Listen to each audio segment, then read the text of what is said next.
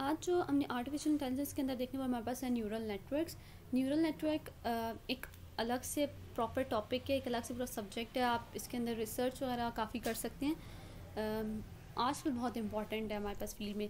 लेकिन neural network में जाने से पहले हमें देखना है कि मतलब न्यूरल नेटवर्क की बेसिस कहाँ पे है, ठीक है, इसकी बेस कहाँ पे लाई कर रही है। आप सब ने देखा होगा जब भी आप कोई भी न्यू बॉर्न बेबी होता है उसको खुद से तो कोई चीज़ नहीं पता होती, ठीक है। उसके लिए उसको नहीं पता कि ये एप्पल है, बनाना है या क्या है। आप उसे क्या करते हैं, उसे लर्न करवाते हैं चीज़ों को, ठीक है। वो चीज़ें लर्न करता है, आहिस्ता आहिस्ता सीखता है चीज़ों को, और जैसे जैसे ग्रेजुअली बड़ा होता जाता है वो मज़ीद चीज़ें सीखता रहता है। आप इंसान जब तक मरता नहीं है तब तक उसकी लर्निंग प्रोसेस के अंदर ही होता है। तो बेसिकली कैसे हो रहा होता है काम उसका कि वो अपना बच्चा जो होता है छोटा, वो उसका माइंड होता है, उसके माइंड में जाके चीज़ें सेव हो रही होती हैं, उसे आहिस्ता आहिस्ता चीज़ों की समझ आ रही होती है कि ये क्या चीज़ है, ये कौन सा कलर है। इसी तरह अगर आप देखें तो आजकल हमारे पास फेशियल रिकग्निशन का बहुत है कि आप फॉर एग्जांपल किसी बंदे को एक बार देखते हैं, आप उसे पहचान नहीं सकते। आप अगली बार उसे देखेंगे तो आपको थोड़ा सा याद आएगा कि अच्छा मैंने इस बंदे को कहीं पे देखा हुआ है। आपको 2-3 बार देखने के बाद आपको पता चल जाएगा कि अच्छा ये बंदा तो वही वाला बंदा है। हम क्या करना चाहते हैं आर्टिफिशियल न्यूरल नेटवर्क के अंदर कि जिससे लर्निंग का प्रोसेस आपके पास ह्यूमन ब्रेन के अंदर है, ह्यूमन माइंड में है, वैसा ही हम करना चाहते हैं, वैसे ही हम इमिटेट करना चाहते हैं मशीन्स के अंदर। मशीन्स के अंदर हम उसी लर्निंग मैकेनिज्म को कॉपी करना चाह रहे हैं। जैसे आप अब मशीन को अगर फॉर एग्जांपल हम जब तक एक बंदे की तस्वीर फॉर एग्जांपल दे भी देते हैं फेशियल रिकग्निशन के लिए, वो उसने एक बंदे की तस्वीर को स्कैन किया और अपने पास रखा हुआ है, लेकिन जब वही बंदा नेक्स्ट टाइम हो सकता है उसने अपनी मूंछें हटा दी हो या दाढ़ी हटा दी और फिर आए, तो आपका मशीन उस चीज़ को रिकग्नाइज नहीं कर सकेगा। लेकिन अगर आप किसी दूसरे इंसान को देखेगा तो उसको पहचान लेगा। क्यों? क्योंकि उसकी लर्निंग हो चुकी हुई होती है। इसी तरह हम ये सब चीज़ें क्या करना चाहते हैं, हम डेवलप करना चाहते हैं मशीन्स के अंदर।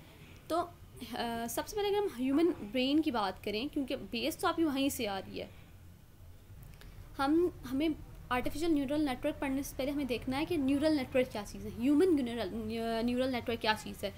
तो ह्यूमन न्यूरल नेटवर्क क्या काम करे कि ह्यूमन ब्रेन के अंदर नर्व सेल्स हैं जिसे आप न्यूरॉन्स कहते हैं, ठीक है। और एक न्यूरॉन मज़ीद आपके पास 1000 अप्रॉक्सीमेटली न्यूरॉन्स के साथ फिर कनेक्टेड है साइनेप्सिस के थ्रू, ठीक है। आप पास न्यूरॉन क्या कर सकते हैं, आपके पास ब्रेन क्या कर सकता है कि जैसे जैसे वो चीज़ों को देखता है, रिकग्नाइज करता है, अपने एक्सपीरियंस के थ्रू वो उनको लर्न करता है, जैसा इन्वायरमेंट होता है उसके अकॉर्डिंग अपने आप को अडॉप्ट करने की कोशिश करता है। तो यहाँ पे आपको एक इमेज नज़र आ रही होगी न्यूरॉन की, ठीक है। ये आपके पास एक न्यूरॉन बना हुआ है। ये न्यूरॉन क्या करता है, आपके पास न्यूरॉन के डेंड्राइट्स हैं। डेंड्राइट्स बेसिकली क्या काम कर रहे होते हैं, न्यूरॉन के लिए एज एन इनपुट काम कर रहे होते हैं, ठीक है। आपकी इनपुट जो है न्यूरॉन में आ रही होती है डेंड्राइट्स के थ्रू, ठीक है, और आपकी आउटपुट जो आ रही होती है इसमें एक्सॉन के थ्रू, ठीक है। एक्सॉन के थ्रू आप ऐसे कनेक्ट होते हैं और साइनेप्सिस के थ्रू डिफरेंट न्यूरॉन्स के साथ आपस में कनेक्टेड है। यानी जब भी आपको किसी एक इन्वायरमेंट के अंदर है, आपको लगता है कि अच्छा मैंने यहाँ पे कोई डिसीजन लेना है, आपके जो हैंड्स हैं या जो आपके पास सेंस कर सकती हैं चीज़ें, आपके पास ऑर्गन्स जो सेंस कर सकते हैं वो सेंस करते हैं इन्वायरमेंट को और आपके पास मैसेज कन्वे करते हैं आपके माइंड तक। न्यूरॉन में इनपुट अब कहाँ से आएगी, वो जो सेंस उसने किया वो कहाँ से आ रहा है, वो डेंड्राइट से आ रहा है। डेंड्राइट से उसके बाद न्यूरॉन के अंदर आता है, न्यूरॉन के सेल बॉडी के अंदर आता है, सेल बॉडी में आके वो प्रोसेसिंग होती है। प्रोसेसिंग होने के बाद उसको एक आउटपुट जनरेट करता है कि अब आपने अगला एक्शन ये लेना है। जैसे फॉर एग्जांपल आप एक चूल्हे के पास खड़े हैं, आपने हीट ज़्यादा हो गई, आपने हाथ रख दिया गलती से चूल्हे पे या आग पे आपने हाथ रख दिया। अब जो आपका हैंड है उसने सेंस किया कि टेम्परेचर ज़्यादा हो गया, तो अब उसने क्या एक्शन लेना चाहिए। तो उस एक्शन के लिए क्या होगा, वो न्यूरॉन क्या करेगा, इनपुट देगा, न्यूरॉन ने उसको क्या किया, प्रोसेस किया और एकदम से उसको आउटपुट देगा कि हाथ को हटा लो। इनपुट आई, प्रोसेसिंग हुई और उसके बाद एक आउटपुट जनरेट होगी, एक एक्शन परफॉर्म हो गया। यही सारा काम इनपुट, प्रोसेसिंग, देन आउटपुट, ये हम करना चाहते हैं मशीन के अंदर। मशीन के अंदर करने के लिए हमें फिर जैसा कि एक न्यूरॉन हमारे पास है ह्यूमन ब्रेन के अंदर, हम वैसा ही एक न्यूरॉन बनाते हैं मशीन्स के अंदर, जिसे हम कहते हैं नोड। तो आपके पास आर्टिफिशियल न्यूरॉन क्या कर रहा है काम, ये एक आर्टिफिशियल न्यूरॉन है, ठीक है। उसमें हमारे पास इनपुट्स आ रही हैं x1 से लेके xn तक, मतलब कितनी भी इनपुट्स हो सकती हैं, और हर इनपुट के साथ एक वेट एसोसिएटेड है। x1 का ये वेट है, x2 का ये वेट है, x3 का या x4 सो ऑन, सबका वेट एक असाइन हुआ हुआ है, ठीक है, सब वेट से साइन हुए हैं। उसके बाद वो इस नोड पे आ रहा है। इस नोड पे आके क्या काम होता है, आप सेकंड लेयर पे आ रहा है, ठीक है, बस फर्स्ट लेयर आपके पास आगे इनपुट की, अब सेकंड लेयर है। सेकंड लेयर में आपके पास क्या है, सबमिशन। वो जो सारे आपके पास इनपुट्स हैं उनको वेट के साथ मल्टीप्लाई करके उसको सम करना है, यानी x1 multiply by w1 plus x2 multiply by w2 plus x3 multiply by w3। इस तरह सो ऑन जितनी भी इनपुट्स हैं, इनपुट्स को मल्टीप्लाई करेगा उनके वेट्स के साथ और उनको सबको ऐड कर लेगा। यहाँ तक आके इसने सारे के सारी चीज़ों को ऐड कर लिया है। और अब यहाँ पे जो एक ब्लैक बॉक्स बना हुआ है, ब्लैक बॉक्स क्या करता है, हमने यहाँ सबमिशन तो कर ली, लेकिन अब ये तो सिर्फ आप ही जैसे इनपुट्स आई थी उसने वैसे वैसे उनका सबमिशन कर दिया, उसका सम ले लिया। अब ये आपके पास आउटपुट हो सकती है, अगर हम डायरेक्टली इसी को आउटपुट कह दें तो ये output infinite, minus infinity two plus infinity कहीं पे भी लाई कर सकती है। लेकिन हमें आउटपुट के लिए क्या करना पड़ेगा, यहाँ पे कोई फंक्शन अप्लाई करने का, जो आपको ब्लैक बॉक्स है यहाँ पे कोई हमें फंक्शन अप्लाई करना पड़ेगा इस इनपुट्स के ऊपर, ताकि जो आपके पास आउटपुट आए वो थोड़ी लॉजिकल हो, थोड़ी बाउंड हो, ठीक है, कि आपने ये तो नहीं है ना कि आपकी range minus infinity two plus infinity चली गया। उसे हम बताते हैं कि अच्छा जैसे आपके पास जैसा आप जिस तरह की आपको आउटपुट चाहिए होती है उस तरह का हम उस पर एक एक्टिवेशन फंक्शन अप्लाई करते हैं,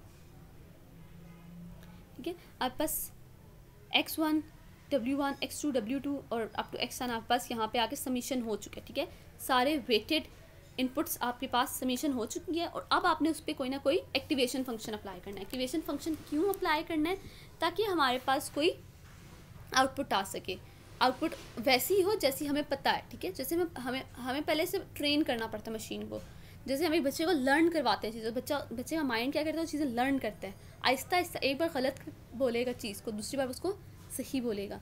तो इसी तरह हमें पहले इस तरह जो न्यूरल नेटवर्क्स होते हैं, आर्टिफिशियल न्यूरल नेटवर्क्स, इनको भी ट्रेन करना पड़ता है।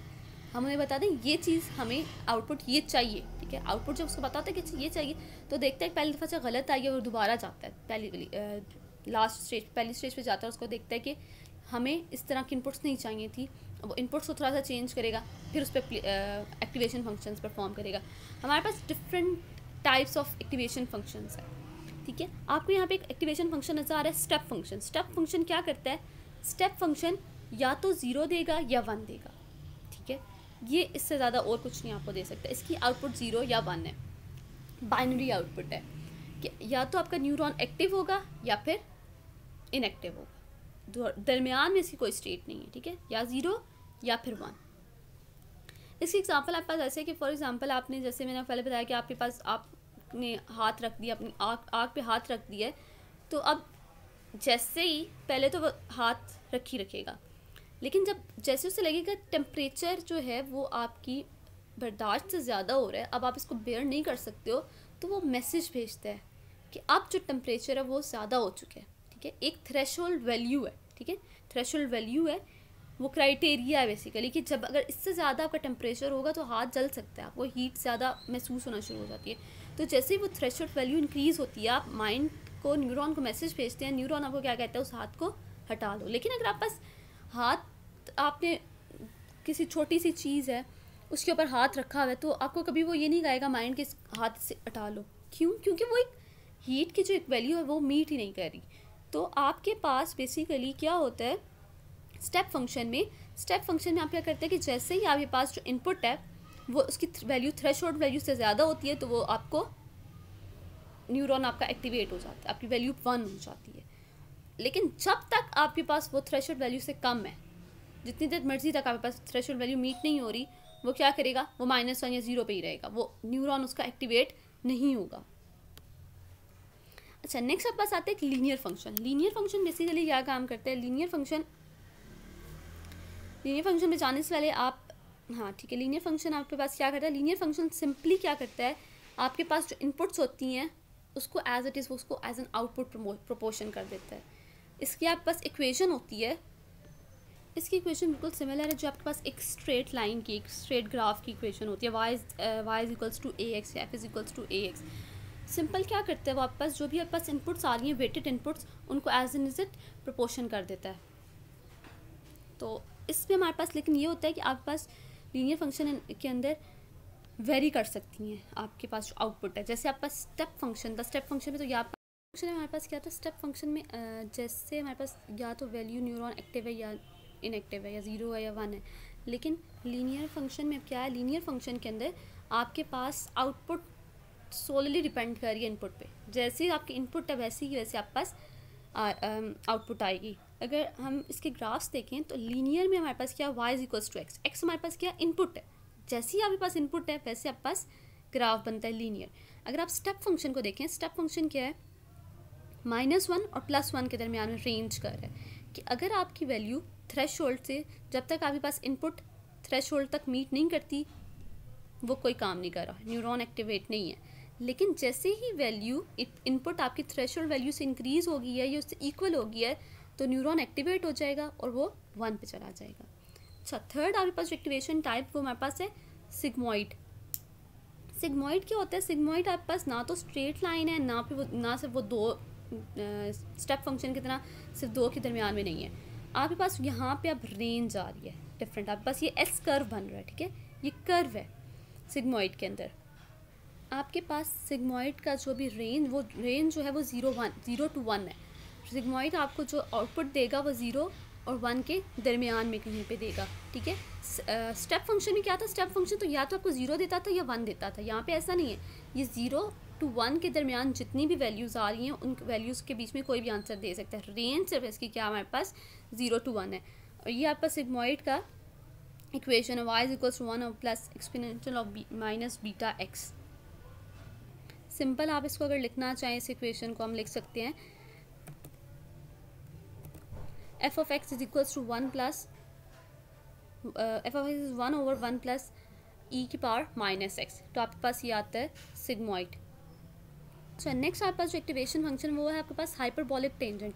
हाइपरबॉलिक टेंजेंट सिमिलर है आपके पास सिग्मॉइड के, लेकिन सिग्मॉइड आपके पास जो आउटपुट देता था वो रेंज था 0 to 1, लेकिन जो आपको हाइपरबॉलिक आपको आउटपुट देगा वो उसकी रेंज होगी -1 to +1, -1 to +1 के दरमियान में आपको देगा।